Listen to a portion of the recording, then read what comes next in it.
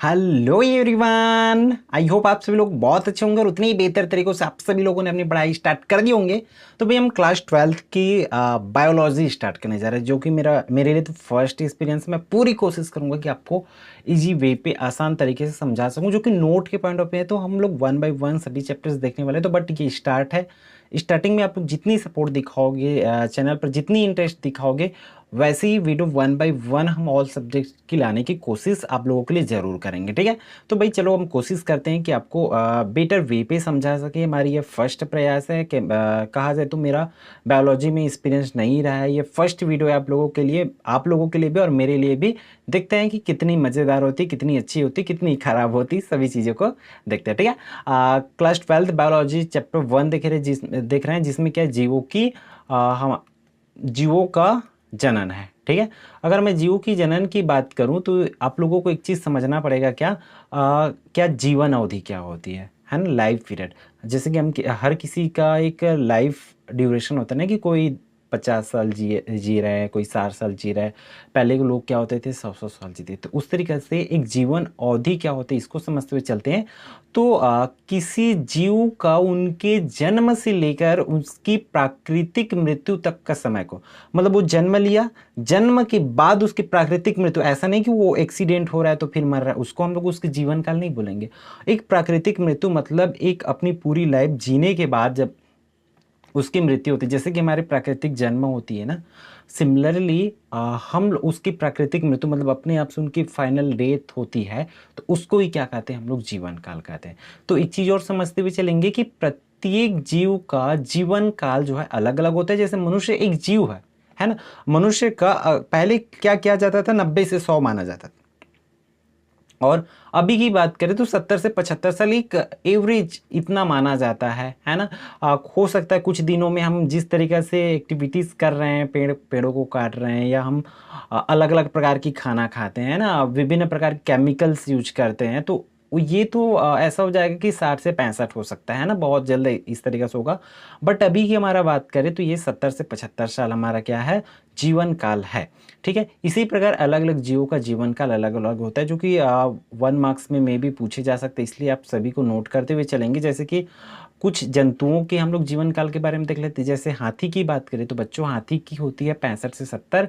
उसी तरह कुत्ता की अगर बात करें तो कुत्ता का होती है 20 से 25 साल। और एक तितली का, ठीक है, एक कुत्ते का 20 से 25 वर्ष होता है, एक तितली का 1 से 2 वर्ष होती है। उसी तरह गाय का 20 से 25 वर्ष। घोड़ा की बात करें तो 50 से 60 वर्ष। और एक कछुआ की बात करें तो वो कछुआ जो होती है 100 से 150 साल की होती है। तो इस चीज़ों को आप लोग को समझना पड़ेगा। और कौवा की बात करें तो 15 वर्ष होती है। तो इस तरीके से आपके नोटबुक में जो भी चीज़ें हैं और भी एक्स्ट्रा चीज़ें कर सकते हो, आपको ये थोड़ा थोड़ा दिमाग में रखना पड़ेगा, याद करना पड़ेगा, है ना। और बात कर लेते कुछ पौधों का। जैसे गुलाब की पौधा है तो उसका 5 से 7 वर्ष है, केला का 25 वर्ष है, धान से 3 से 4 महीने में। हमारा धान की अगर बात करें तो हमारा धान 3 से 4 महीने में हो जाता है ना। आजकल तो 90 दिन की होती है। 90 दिन मतलब आपका 3 महीना, है ना। 90 दिन मिनिमम धान हमारी हो जाती है। उसके बाद अगर जैसे आप लोग धान बोते होंगे, सरना वगैरह, है ना, तो वो लंबी धान होती है, उसको 4 महीना लगता है कम से कम, है ना। तो 110 दिन 20 दिन लगभग ये धान जो है लग जाता है ना। मतलब उतना दिन में पक जाता है, काटने लायक हो जाता है। तो वही उसकी क्या होती है, औसत उम्र होती है। जबकि एक बरगद की बात करें तो आप लोग गांव में रहते होंगे तो गांव में देखे होंगे कि बहुत बड़ा बड़ा पेड़ है ना। तो उसकी उम्र लगभग कितनी होती है, 200 साल। मतलब 2 पीढ़ी वो बरगद का पेड़ आपको छाया देने वाला होता है। उसी तरह पीपल की बात करें तो पीपल आप लोग देखे होंगे, बड़ा बड़ा सा पीपल होता है ना। गाँव में देखे होंगे, अक्सर शहरों में की तो कट गई होगी, है ना।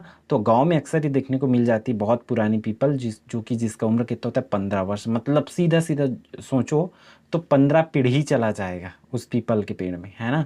फिर आम की बात करें तो 100 साल होती है। और उसी तरीके से जामुन की बात करें तो 60 वर्ष लगभग होती है। तो इस तरीके से देखो, कहीं ना कहीं कन्फ्यूजन होती है। अब हम जैसे ही 11th 12th में आती है तो अलग अलग बुक्स रिफर्स करते हैं, तो हर एक बुक में थोड़ी बहुत अलग चीज़ें दी रहती है। मैं देखा हूँ जब ये नोट्स देख रहे थे, मैच कर रहे थे, तब ये चीज़ें मुझे देखने को मिला कि कुछ में अलग था। बट हम जो रेफरेंस ले रहे हैं एनसीईआरटी और हमारे सीजी बोर्ड के अकॉर्डिंग, तो उसके अकॉर्डिंग आप लोग प्रिपेयर करेंगे। फिर हम लोग अगला टॉपिक समझ लेते हैं, क्या, जनन को, रिप्रोडक्शन को, ठीक है। ये क्या होती है, जनन क्या होती है। तो जनन द्वारा कोई जीवधारी वनस्पति हो या प्राणी हो अपने ही सदृश किसी दूसरे जीव को जन्म देती है ना, उसे ही क्या कहा जाता है, जनन। मतलब कोई जीव है अपनी ही समझ, जैसे कौवा है तो कौवा से उसकी कौवा के बच्चे पैदा होंगे ना, उसको ही हम लोग क्या कहेंगे, जनन कहेंगे। और उसका वृद्धि करता है तो उसको ही जन्म देने की इस प्रक्रिया को ही हम लोग क्या कहते हैं, जनन कहते हैं। ये आपको याद रखना। अब देखो रटना नहीं है, चीज़ों को समझो कि कोई जीव है, अपनी ही समझी उत्पन्न करने की जो प्रक्रिया होती है उसे ही हम लोग जनन कहते हैं। इस तरीके से आपको बेसिकली समझते हुए चलना है। क्लियर है। फिर जनन के उद्देश्य की बात करें, ठीक है, तो जनन के उद्देश्य की अगर हम लोग बात करें तो देखो समझते हुए चलो इसको, जनन के उद्देश्य क्या होते हैं, पर्पस ऑफ रिप्रोडक्शन क्या होती है। तो कुछ यहाँ पर दिया हुआ है, जैसे कि जनन जीवों की एक प्रमुख जैविक क्रिया है जिसका उद्देश्य निम्न है। क्या क्या उद्देश्य है अभी तो यहाँ समझते हुए चलेंगे। जनन के माध्यम से जाति की निरंतरता सदैव बनी रहती है, ठीक है। अगर जनन नहीं होगी तो अगर मान के चलो किसी का भी जनन नहीं होता, मैं कौवा का उदाहरण लिए थे, अगर कौवा का जन्म नहीं होगा तो उसकी प्रजाति तो पूरी तरह से विलुप्त हो जाएगी, है ना।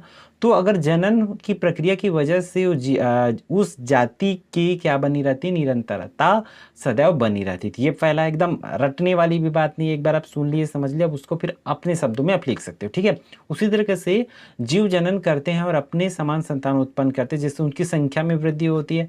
वहां पर भी वही देखिए, उनकी संख्या में वृद्धि होती है, ये आपको कर लेना है। फिर अगला की बात करें तो जनन से विभिन्नताएं उत्पन्न होती हैं और विभिन्नताओं से विकास होता है। हम लोग प्रीवियस क्लासेस में पढ़ी थी विभिन्नताएं क्या होती, कि विभिन्नताएं ये होती कि कुछ जीव छोटे होते, कुछ बड़े होते, किसी की उम्र कम होते, किसी की उम्र ज़्यादा होते। इस तरीके से विकास की प्रक्रिया चलती रहेगी। अगर मान के चलो कोई जीव 100 साल जिएगा, मतलब जिएगा, उसमें विभिन्नताएं नहीं आएगी, तो वो कहीं ना कहीं विकास की प्रक्रिया क्या हो जाती है, रुक जाती है। इसलिए इन चीज़ों को आपको समझते हुए चलना पड़ेगा, ठीक है। तो हम लोग पहले क्या समझे, आसान शब्द में अगर बात करें तो निरंतरता बनी रहती है, उसमें कंटिन्यूटी बनी रहती है। दूसरा हम लोग ये सीखे कि उनकी संख्या में वृद्धि होती है। तीसरा हम लोग ये सीखे कि उसमें विभिन्नताएं उत्पन्न होती है और विभिन्नताओं से ही क्या होती है, विकास की प्रक्रिया चलती है। ये 3 पॉइंट आप लोग बेसिक समझ गए होंगे मेरे हिसाब से, ठीक है। अब हम लोग आगे बढ़ते हैं इसमें। अगला है हमारा क्या, जनन के द्वारा ही किसी जीव की मृत्यु होने पर भी उसकी जाति का अस्तित्व बना रहता है। अगर जनन हो रही, मानी चलो कोई जीव है उसकी मृत्यु हो गई भाई, तो जनन की प्रक्रिया की वजह से उसके अस्तित्व बचा है। अगर जन्म लेने की प्रक्रिया खत्म हो जाएगी, मान के चलो कौवा के एग्जाम्पल आ रहा है, तो कौवा पैदा होना बंद हो गए, है ना, तो जाहिर सी बात उसकी संख्या तो विलुप्त हो जाएगी। तो ये बेसिक एकदम आसान आसान शब्द मैं आप लोगों को बता रहा हूँ ताकि आप बिना रटे भी इन चीज़ों को लिख पाओ, अगर एग्जाम में आता है तो कर पाओ, समझ पाओ, ठीक है। फिर हम देखे रहे थे जनन क्या होती है, तो अब समझ लो यहाँ पर जनन के प्रकार क्या होते हैं, कितने प्रकार के होते हैं। यह जनन निम्न प्रकार के होते हैं, इस तरीके से आपको रीडिंग डालना है। सबसे पहला आपको याद रखना है कायिक, या इसी को क्या बोला जाता है, वर्धी जनन कहा जाता है, ठीक है। कायिक जनन या वर्धी जनन, और अलैंगिक जनन और लैंगिक जनन। हम बात करें तो यहाँ पर अलैंगिक और लैंगिक प्रजनन वहाँ पर हम लोग कौन से क्लास में देखे थे, 10th क्लास में। अब देखो आप लोगों को 10th क्लास के एग्जाम्पल इसलिए दे रहा हूँ, कहीं ना कहीं मेरा 10th क्लास का एक्सपीरियंस ज़्यादा कुछ अच्छा रहा है ना, इसलिए मुझे उनका थोड़ा बहुत पता है। तो ज़्यादातर एग्जांपल्स तो मैं 10th क्लास के ही बोलूँगा, 11th में भी मेरा लेस एक्सपीरियंस रहा है, बट अब बहुत जल्द मैं भी एक्सपीरियंस हो जाऊँगा आप लोगों को पढ़ाते पढ़ाते, है ना। तो बस आप लोग इन चीज़ों को नोट करते चलेंगे। तो 3 होती, वर्धी जनन, अलैंगिक जनन, लैंगिक जनन। बारी बारी से देखते चलते भाई, कायिक जनन या इसी को वर्धी जनन कहते हैं। तो इसमें होता क्या है, इन चीज़ों को समझते हुए चलेंगे आप लोग, ठीक है। तो हो सके तो नोट भी कर लेंगे, या हम इस नोट को हमारे व्हाट्सएप ग्रुप में और टेलीग्राम ग्रुप में दोनों में भेज देंगे अगर आप लोग नोट नहीं कर पाओगे तो, ठीक है। देखो जब किसी पौधे में जड़, तने, पत्ती के द्वारा नए पौधों को जन्म दिया जाता है, किसके द्वारा, जड़ के द्वारा, तने के द्वारा, पत्ती के द्वारा नए पौधों को जन्म दिया जाता है, तो उसे हम कायिक जनन या वर्धी जनन कहते हैं। किनके द्वारा भाई, जड़ के द्वारा, तने के द्वारा, पत्ती के द्वारा नए पौधे उत्पन्न होते हैं।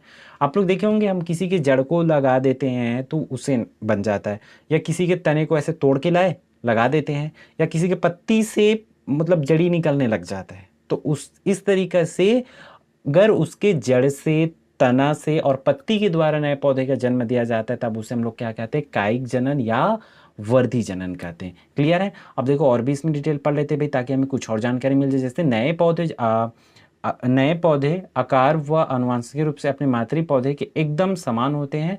अब देखो इसमें इस तरीके से होता है, इसमें आकार में या आनुवंशिकी रूप से एकदम समान होते हैं, है ना। ऐसा नहीं कि पहले अलग कलर था दूसरा अब अलग कलर आ गया, पहले साइज अलग थी अब साइज अलग हो रही, मतलब वो वेरिएशन इसमें देखने को नहीं मिलता किसमें, कायिक जनन में, ठीक है।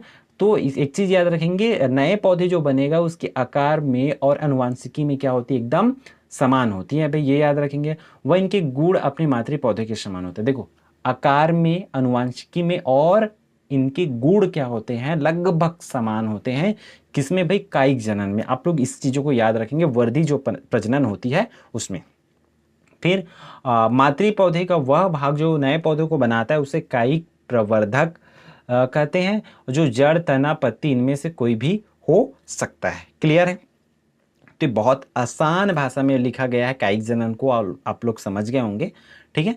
अब इसमें कायिक जनन को भी दो भाग में बांटा गया है भाई। कैसे? एक तो प्राकृतिक कायिक जनन, दूसरा होती है कृत्रिम कायिक जनन। ठीक है, एक प्राकृतिक और दूसरा क्या होती है, कृत्रिम कायिक जनन। तो देखते हैं भाई हम बारी बारी से प्राकृतिक कायिक जनन क्या होती है इसको समझ लेते हैं। ठीक है, तो देखो यहां से प्राकृतिक कायिक जनन में स्वतः ही पौधों का रूपांतरित भाग या कायिक प्रवर्धक अंकुरित होकर नए पौधों को जन्म देगी। अब जाहिर सी बात है प्राकृतिक है तो प्रकृति के द्वारा वो स्वतः ही संपन्न होगी। तो हम लोग बोल सकते हैं, अगर बहुत ज़्यादा डीप नहीं पढ़ेंगे तो आसान भाषा में इसको लिखना है, तो कायिक जनन की ऐसी प्रक्रिया जो कि स्वतः होती है उसे हम लोग प्राकृतिक कायिक जनन कहते हैं। ठीक है, इसमें किसी भी प्रकार की बाह्य हस्तक्षेप नहीं होता है, इस तरीके से इसमें लिखना है। ठीक है, अब देखो इसमें जड़ों द्वारा कायिक जनन कैसा होता है, जब कोई पौधा जड़ों द्वारा अपने समान, अब पौधे की जड़ है उसके समान अपने आप से नए जीव उत्पन्न होने लग जाते हैं, नए पौधों को जन्म देता है, तो उसे हम जड़ों द्वारा होने वाला कायिक जनन कहेंगे।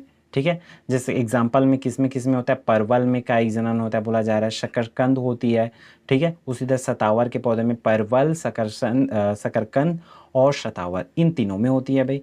ठीक है, फिर अगला दूसरा की बात करें तो तनों द्वारा होने वाला कायिक जनन। अब तनों के द्वारा कैसा होता है, ऊपर में हम लोग जड़ के द्वारा, तो जाहिर सी बात है जब जड़ द्वारा स्वतः ही एक नए जीव उत्पन्न होते हैं उसे हम लोग कायिक जनन कहते हैं। अब यहाँ पर तना द्वारा, तो तना द्वारा जब किसी पौधों में तने के द्वारा अपने समान नए पौधे को उत्पन्न किया जाता है। एकदम आसान शब्द आप लोगों के लिए लिखा गया है, तो इन शब्द को जरूर यूज करेंगे। ठीक है, एकदम पढ़ के ही आपको चीजें समझ आ जाएगी कि जब किसी पौधे में तने के द्वारा अपने समान नए पौधे को उत्पन्न किया जाता है तो उस तने द्वारा होने वाला कायिक जनन को हम क्या मतलब उसे ही क्या कहेंगे, तने द्वारा होने वाला कायिक जनन कहते हैं। जैसे कि अदरक हो गया, हल्दी हो गया, आलू हो गया। अब इन तीनों में देखोगे, अदरक, हल्दी और आलू की अगर बात करें तो इसमें क्या होती है भाई, कायिक जनन आपका होता है। क्लियर? अब आगे हम लोग देख लेते पत्ती के द्वारा होगा, तो जब पत्ती से के द्वारा एक नए जीव की उत्पन्न होगी तो उसको हम लोग पत्ती के द्वारा होने वाली कायिक जनन कहेंगे। जैसे कि अजूबा में हो गया, निगोनिया में हो गया। ठीक है, तो इस तरीके से आप लोगों को ये शब्द याद रखना पड़ेगा कि किसमें होता है। कृत्रिम जनन की बात करें तो इसको देख लेते हैं, आर्टिफिशियल क्या होती है इसमें, कि पौधों में कायिक जनन मनुष्यों द्वारा, अब देखो प्रकृति द्वारा इसमें नहीं होगा, जब कायिक जनन मनुष्यों द्वारा होती है तब उसको हम लोग कृत्रिम कायिक जनन कहते हैं। इस तरीके से याद रखेंगे। अब इसमें होती कैसे, कायिक जनन की कुछ विधि है। जैसे कि सबसे पहला विधि होती है कलम लगाना। आप लोग देखेंगे अक्सर किसी और पेड़ के मतलब कोई पेड़ है उसमें दूसरे का लगा दिया जाता है कलम, है ना, तो उसको ही कलम कहेंगे। जैसे कि इसमें और भी डिटेल पढ़ते हैं तो आप लोगों को और भी आसान लगने लग जाएगा। देखो इस प्रक्रिया में पौधों की छोटी छोटी टहनियों को काट लिया जाता है, किसमें, कलम लगाने वाला में। पौधे की जो टहनी है उसको काट लेते हैं, परंतु इस बात का ध्यान रखना होता है कि इन कटी हुई टहनियों पर कच्छस्य कलिका होनी चाहिए। मतलब उसमें वो जो नए पत्ते निकलने वाले होते हैं ना, उस तरीका से उसमें निकलने वाली होनी चाहिए। ठीक है, क्योंकि कच्छस्य कलिका से ही नए पौधे का क्या होता है, निर्माण होता है। तो अक्सर आप लोग देखे होंगे कि जैसे कि गुलाब वगैरह को लगा दिया जाता है, या आम के पेड़ में किसी और का, मतलब किसी और के पेड़ में आम का लगा दिया जाता है कलम द्वारा, है ना। तो इन चीज़ों को देखेंगे। जैसे कि यहाँ पर गुलाब, मैं बोला हूँ ना, गुलाब का हो गया, गुड़हल का हो गया, अंगूर का हो गया, नींबू का हो गया, इस तरीके से ये होता है। तो चीज़ों को समझते चलो कि इस प्रक्रिया में क्या करते हैं, पौधों को छोटी छोटी टहनियों को काट लेते हैं, परंतु इस बात का ध्यान रखना होता है कि उसमें क्या होना चाहिए, कच्छस्य कलिका होनी चाहिए। क्योंकि कच्छस्य कलिका से ही पौधों का क्या होता है, निर्माण होता है। यह टहनी की ही कलम कहलाती है। इन कटी हुई टहनियों को मृदा में आधा रोप दिया जाता है, जिससे कुछ समय पश्चात उस नया पौधा विकसित होता है। मतलब उसको, जैसे गुलाब है, गुलाब को कुछ दिनों के लिए मिट्टी में रोप देते हैं, जिससे उसमें क्या होते हैं, नया पौधा जो है उत्पन्न होने लग जाते हैं। ठीक है, देखो कलम लगाने की जो प्रक्रिया कई पौधों में की जाती है, इस तरीके से आपको उसमें याद रखना पड़ेगा। ठीक है, अब देखो दूसरा जो विधि है हमारा, दाब लगाना। वो एक तो कलम, दाब लगाना। इस प्रक्रिया में मातृ पौधे के तने की शाखा को मृदा से इस प्रकार गाड़ दिया जाता है कि इसके अग्र भाग वायु में होता है, दबे हुए भाग में कुछ समय पश्चात जड़ें निकलने लगती है। कुछ टहनी है उसको काट देते हैं तो क्या होता है, उसको ऊपर को, ऊपर वाले भाग को हवे में रहता है ऐसे गड़ा दिए ला करके, है ना, अंदर में जड़ी निकलने लग जाती है, जिससे एक नए पौधे का क्या हो जाता है, विकास हो जाती है। जैसे कि किस में होती है भाई, अंगूर में होती है और स्ट्रॉबेरी में होती है, स्ट्रॉबेरी, ठीक है। कुछ प्रोनाउंसिएशन होती है ना, जो नहीं हो पाती है ना सही से। जैसे इंग्लिश में कुछ बच्चों का शिकायत रहता है कि मेरा कि आप कुछ और बोल देते हो ऐसा करके, है ना, तो आप लोग समझते चलेंगे, ठीक है। फिर अगला थर्ड जो रोपड़, ठीक है।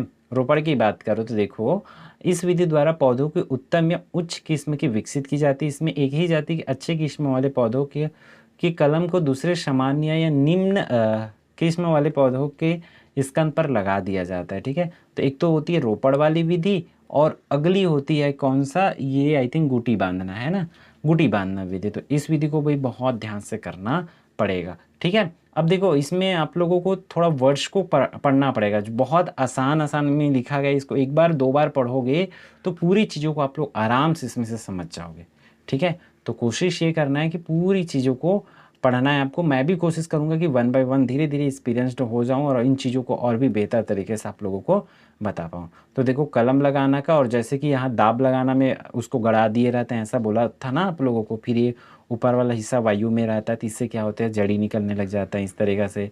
और ये रोपड़ वाली विधि है ना, दूसरे पौधे में दूसरे वाला कर दिया जाता है, गुठी बांधना, बीज से उसको बांध देते हैं तोड़ करके, जिससे उसमें क्या होते हैं, नए पौधे का विकास होना चालू हो जाता है। फिर अलैंगिक प्रजनन, सॉरी जनन और लैंगिक जनन देखेंगे इसमें, ठीक है।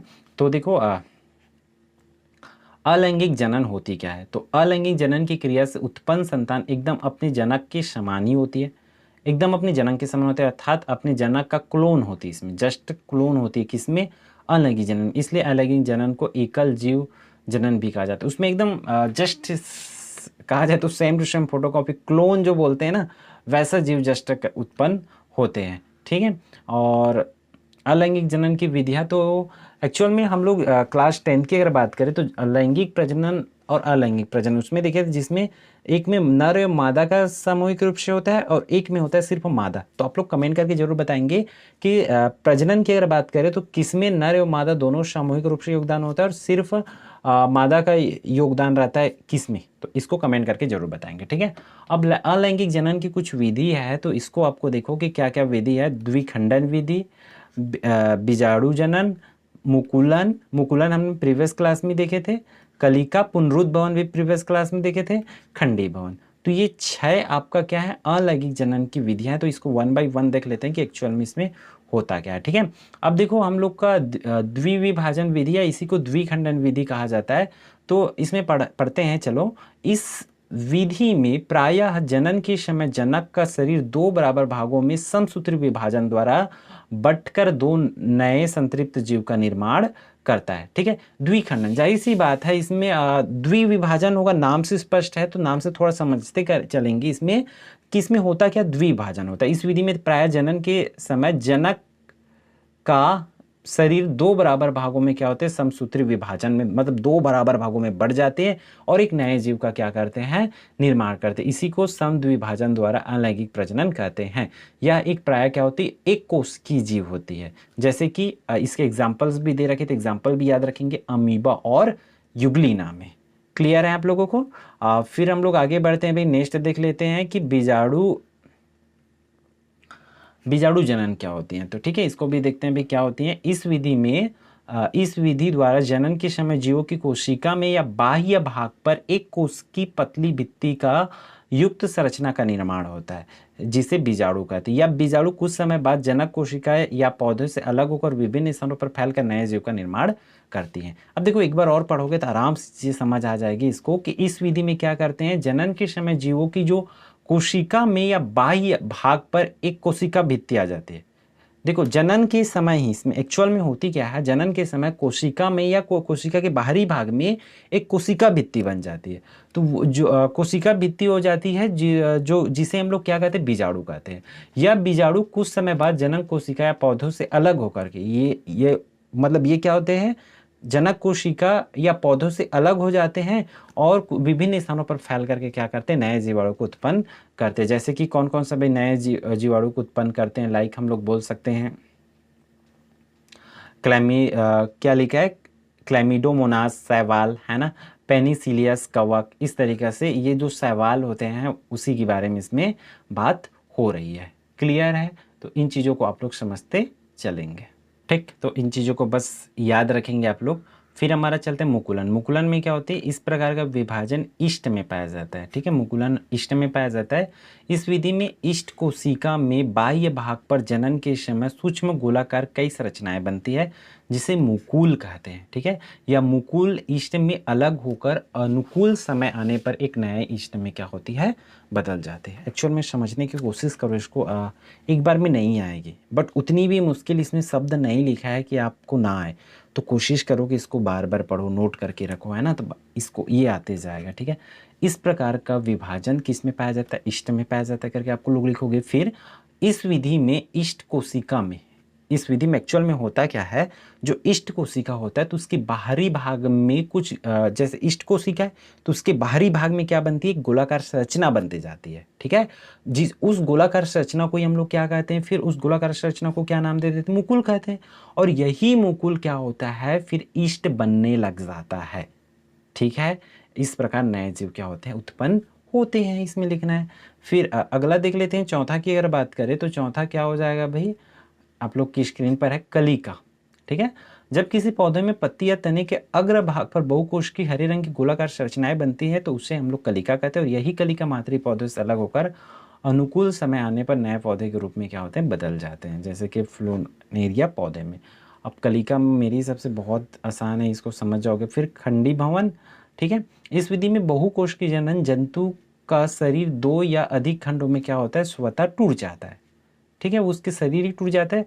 प्रत्येक खंड अनुकूल समय आने पर एक नए पौधा या जीव में क्या होते हैं, बदल जाते हैं। मतलब एक्चुअल में होता क्या है, खंडी भवन है तो इसमें नाम से आप लोग समझ सकते हो कि इसमें क्या होता है, जीव जो होता है वो विभिन्न भागों में टूट जाता है। टूटने के बाद उससे ही क्या होते हैं, नए विभिन्न प्रकार के जीव जो है उत्पन्न होते हैं। इस तरीके से आप लोग देख सकते हो। ठीक है, फिर लास्ट हमारा कौन सा है भाई, जैसे कि आप लोग की स्क्रीन पर है पुनरुद्ध भवन, है ना। इसमें क्या होती है पुनरुद्ध भवन में, इसको देखते चलो, समझते चलो। कुछ जीवों में पुनरुद्ध भवन की असीम क्षमता पाई जाती है, जैसे किनमें प्लेनेरिया, स्पंज, हाइड्रा व अमीबा। यदि इन जीवों का शरीर कई टुकड़ों में विभाजित कर दिया जाए और वे प्रत्येक टुकड़े जिसमें केंद्रक का अंश उपस्थित होता है, वे टुकड़े पुनः विभाजन द्वारा, पुनरुद्ध भवन में क्या होता है, उसको हर एक टुकड़े से क्या होता है, एक नए जीव का क्या होता है, उत्पत्ति होती है। इस तरीके से आपको लिखना है इसमें। अब देख लेते हैं हम लोग, थोड़ा बेसिक समझते चलते हैं किसको भाई, अलैंगिक जनन। ठीक है, तो अलैंगिक जनन की अगर हम लोग बात करें तो इसमें क्या होता है, इस विधि द्वारा उत्पन्न संतान अनुवांशिकी व आकारकी में जनक के समान होती है। ठीक है, इस विधि द्वारा उत्पन्न संतान में गुणसूत्रों की संख्या जनक के गुणसूत्रों की संख्या के समान होती है। इसको भी मोस्ट इंपॉर्टेंट चीज है इसमें याद रखना। अलैंगिक जनन के बारे में अगर लिखना हो तो इसमें जो अनुवांशिकी और आकार में क्या होती है, समान होती है। इसमें गुणसूत्रों की संख्या समान होती है, ये आप लोग को दूसरा याद रखना है। फिर अगला आपको याद रखना है कि इस जनन के लिए केवल एक जीव की आवश्यकता होती है। जैसे कि मैं स्टार्टिंग में पूछा था, आप लोगों को कमेंट किए थे, नहीं किए थे, अब नहीं पता मुझे। अलैंगिक में सिर्फ एक जीव की आवश्यकता होती है, नर एवं मादा दोनों की आवश्यकता इसमें नहीं होती है। ठीक है, इसमें युग्मनज, निषेचन आदि की आवश्यकता नहीं होती। इसमें युग्मनज और निषेचन दोनों की क्रिया की आवश्यकता इसमें नहीं होती है, ये आप लोगों को याद रखना है। क्लियर है। फिर अगला देख लेते हैं भाई, इसकी हानि क्या क्या होती है। अगर हानि की बात करें तो बहुत ज़्यादा नहीं, इसमें सिंपल से ये याद रखना है आपको कि इस विधि द्वारा नई प्रजाति का विकास जो है नहीं होता है। ठीक है, इसमें अर्धसूत्री विभाजन नहीं होती है। इसमें उत्पन्न संतान में किसी नए गुण का विकास नहीं होता। अब क्योंकि समान होती है भाई, गुणसूत्र की संख्या समान होती है, एजेटिक आकार में, अनुवांशिकी में सब रूप से समान पैदा होगा तो उसमें नए जीव का तो विकास होगा नहीं, नए प्रकार का उसमें होगा नहीं। इस विधि द्वारा उत्पन्न संतान क्या होती है, दुर्बल होती है। तो ये इसकी 4 हानि है, इसको आपको अच्छे से याद रख लेना है और नोट कर लेना है। क्लियर है। फिर लैंगिक जनन पर आ जाते हैं, जिसको हम लोग लिंगी जनन भी कहा जाते हैं। ठीक है, अब जाहिर सी बात है उसमें सिर्फ एक जीव की आवश्यकता होती है, तो इस विधि में 2 जीव की, नर एवं मादा दोनों की आवश्यकता होती है लैंगिक जनन में। तो देखो इसको समझते चलो कि वह जनन जिसमें संतान उत्पन्न करने के लिए 2 विपरीत जनक हो, जैसे कि स्टार्टिंग में बोला हूं, इसमें किसकी आवश्यकता होती है, नर एवं मादा की आवश्यकता होती है, तो उसे हम लिंगी या लैंगिक जनन कहते हैं। इस प्रक्रिया में लैंगिक अंगों जैसे नर में वृषण व मादा में अंडाशय की आवश्यकता होती है।